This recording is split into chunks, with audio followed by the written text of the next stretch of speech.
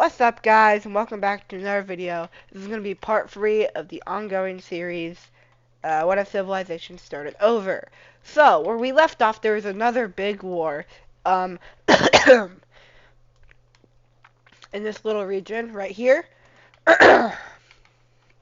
Sorry about that. I've had a little bit of a cold the past few days. Sorry. So, we're going to have, well, not, we had, this team, Great Fall. These were the red team, but they kind of collapsed. Just, just gone. Sorry. I was trying to, yeah. I need to stand still for once. Okay. So anyways, what would happen is these guys kind of collapse, alright? Their government collapses from all the great losses to the blue team, as they're now a minor power. Speaking of powers, these guys used to be second, but now they are like one of the weaker ones. One of the weakest, I think. Probably these guys and these guys are a tad weaker, but that's it. And these guys. And probably the African colony as well. But that's not the point. The point is now they're a minor power. And so are these guys. And with two previous big powers completely demolished, there is bound to be some governmental changes, especially in the really big loss. So these guys also have a change, but it's not as big of a change because um, basically they had a smaller defeat, only just losing Cornwall and the rest of their possessions in France, which, I mean, come on. It's not that big of a deal. Cornwall, but it did give them, the blue team, a good place to kind of invade from. Just kind of destroy them. So the first thing that's going to happen is, after these two governments changes, they're going to form an alliance. And now, the blue team is now kind of a superpower. You know, similar to how America is today. Because if you think about it, it's probably even more powerful compared to the rest of the world. Because if you think about it, all of these countries versus the blue team, that's an honest debate. It's not, like, a great debate. I think the rest of the world would still win. But it's a debate, which is more than you can say for the United States. So they're actually, technically, compared to the rest of the world, they're stronger than the United States. They are a big superpower. No country is free from its influence except these two, basically, because they literally just changed governments, and they hate these guys, like, a lot for destroying their country. So, the first thing they're going to do is they're going to try to declare war on, well, these guys declare war on Ireland. So they would send boats and kind of surround the coastline, and they would just bombard the crap out of it, eventually landing a invasion right here. So they would begin to push further in over time, although they have a really weak army compared to the Navy, so it's kind of slow. But after about a year, they managed to completely collapse their front line. This would start, this would start basically the kind of revolution in a sense, where it's the Great Blue Revolution. Basically, the whole world starts to move away from the blue's influence. We're gonna have orange and purple kind of making an operation, alright? Uh, Operation Blue. So what they do is they try meeting up so they don't have to rely on blue lines anymore. And they would make a lot of progress, as they're also trying to cut off the expansion, so they go a little closer to blue, because they're also trying to cut off the expansion, and they do this successfully as they connect.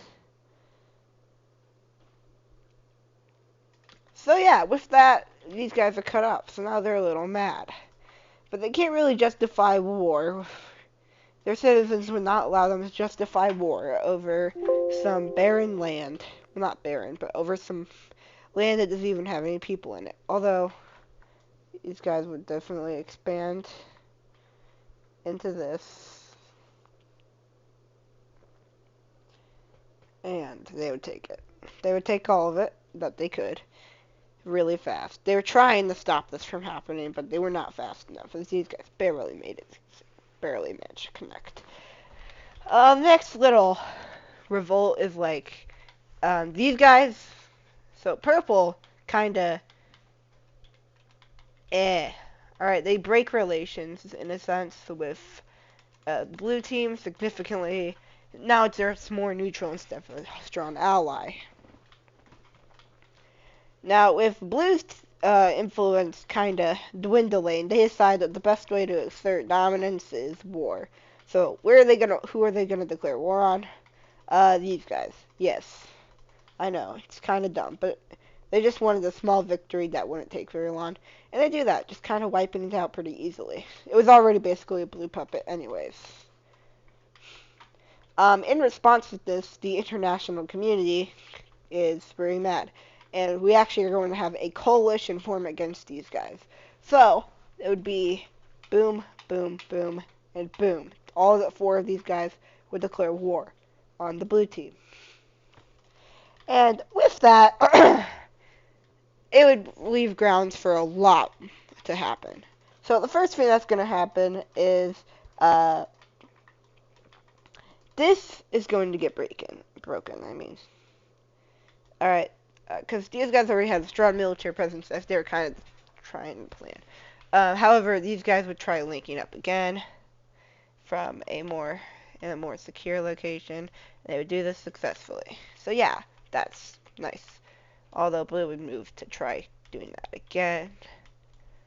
But these guys would make defenses and attempt to kind of slow this down. So yeah, there's that, right? So, that's one front. Now let's look at the other fronts. So, because of the fact that they're at war with like half the world, right? More than half the world out, actually. Right now, Green Team is able to push them out because they don't have very many troops here. They also expand further into Ireland, but that's less relevant right now.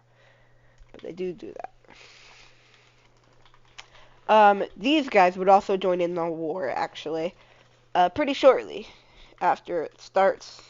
And this would be kind of surprise because, I mean, they got a lot of what they really wanted in Iberia, so there was not a big reason to, but it just didn't like the foreign policy of the blue team. They would be stopped by these mountains. I think it goes a little further, somewhere like that, before the blue team makes a solid front line and holds them at the mountains. Same would happen over here. The Alps make it basically impossible, and the Rhine River kind of gives these guys a good thing to defend. But the one team that suffers significantly are these guys.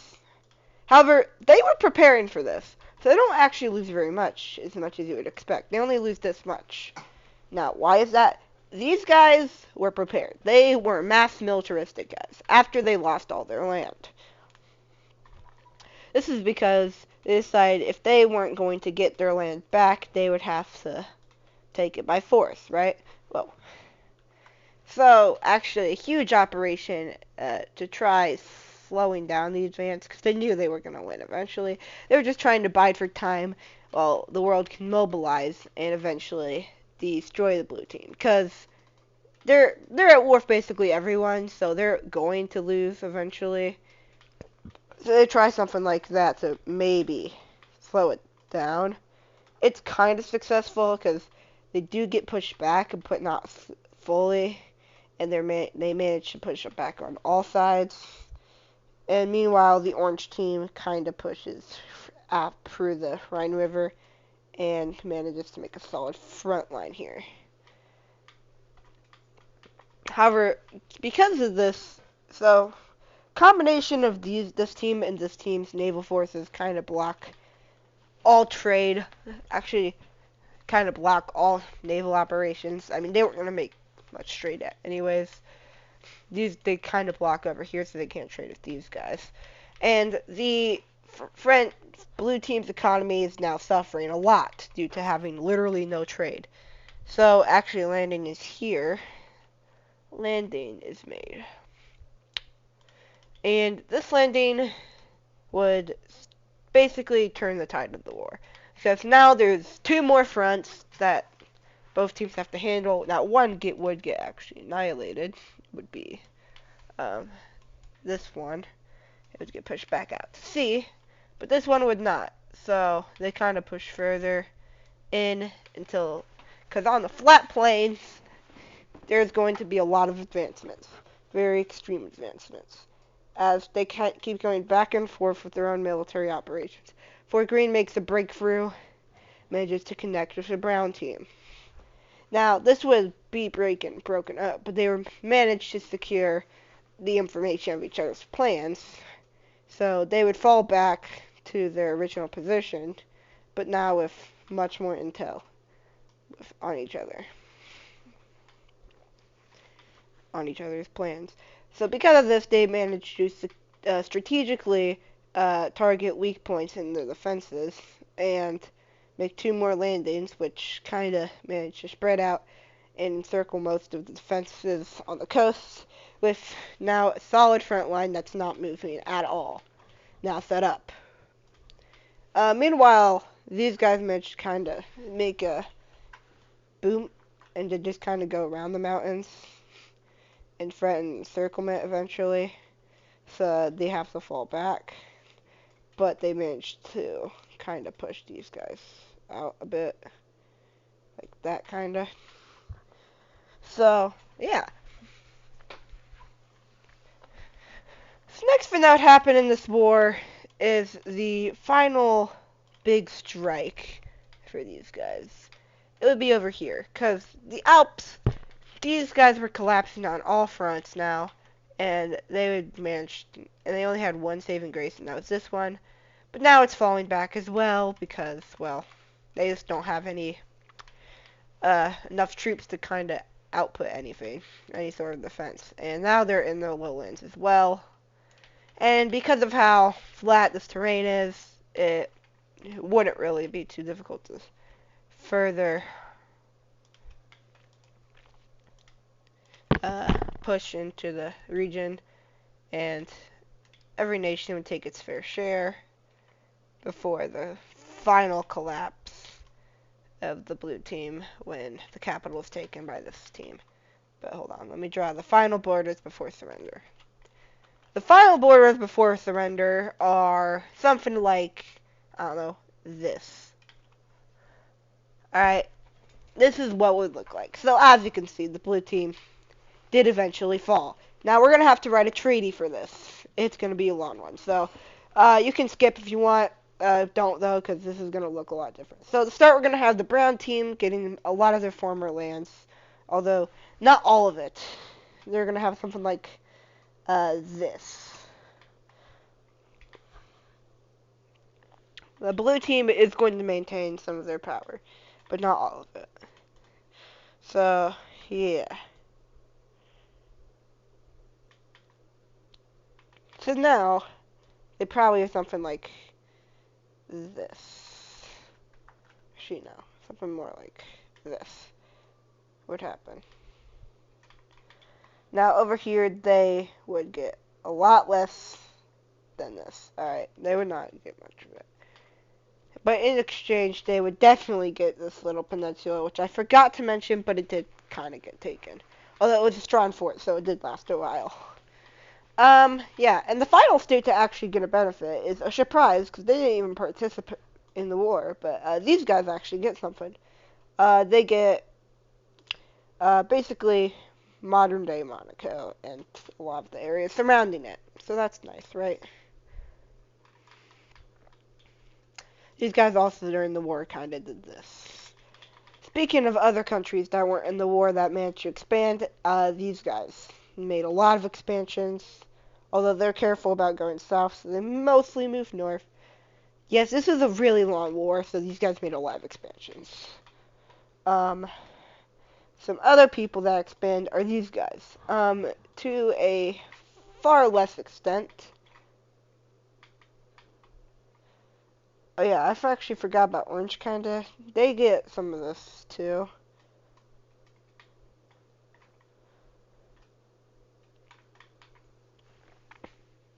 So they're definitely weaker than their pre-war now, but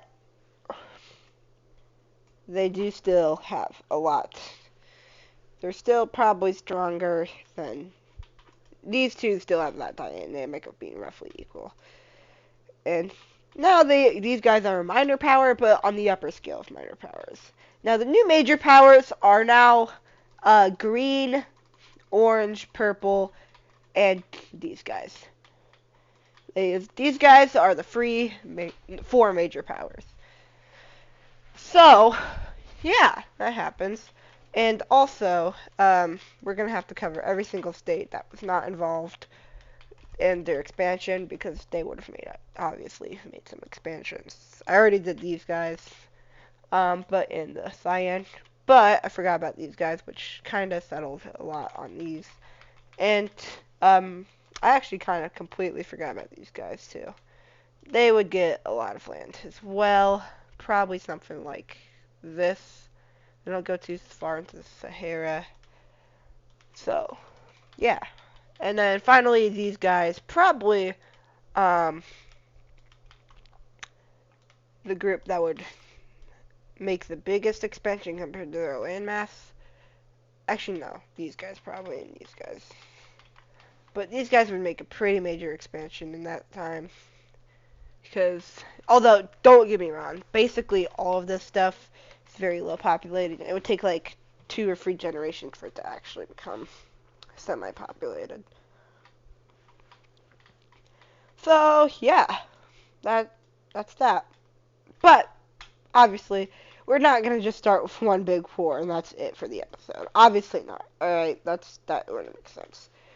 So, we're going to have the orange team expand into here, as well as the purple team.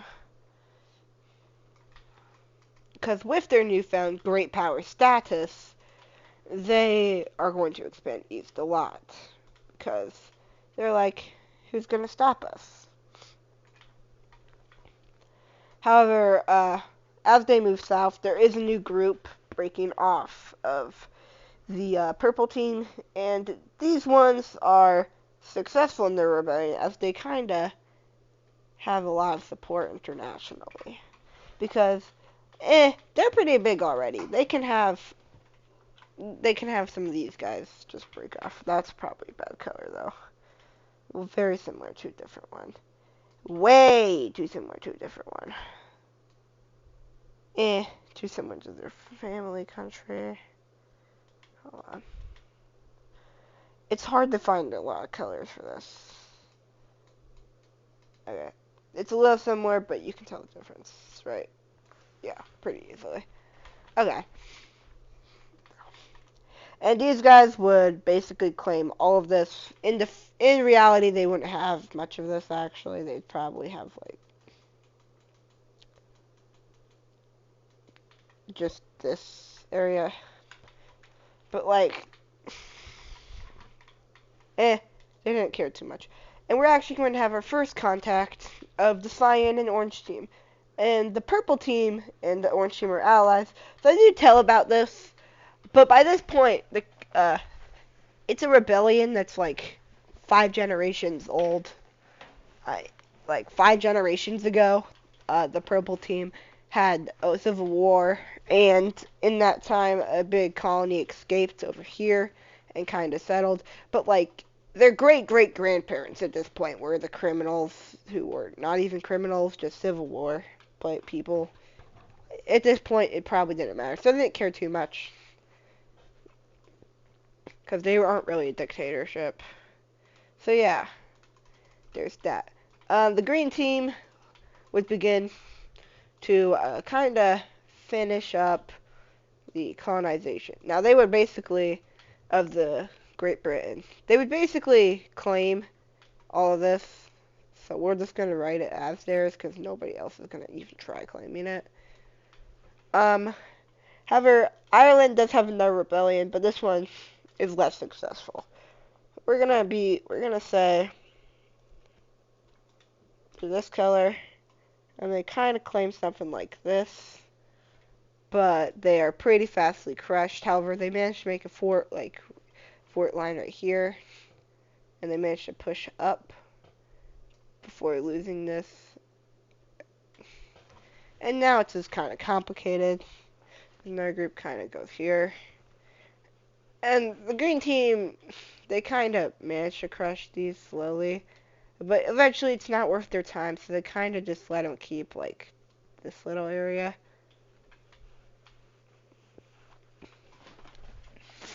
Actually, no, they probably don't keep. Probably this area. Another rebellion that happens from some outside group, kinda like it's a very small group, and it's so small. In fact, they don't even really notice because this area once again has basically no people. It's resided in, but like nobody really notices their existence. Same thing goes for these guys.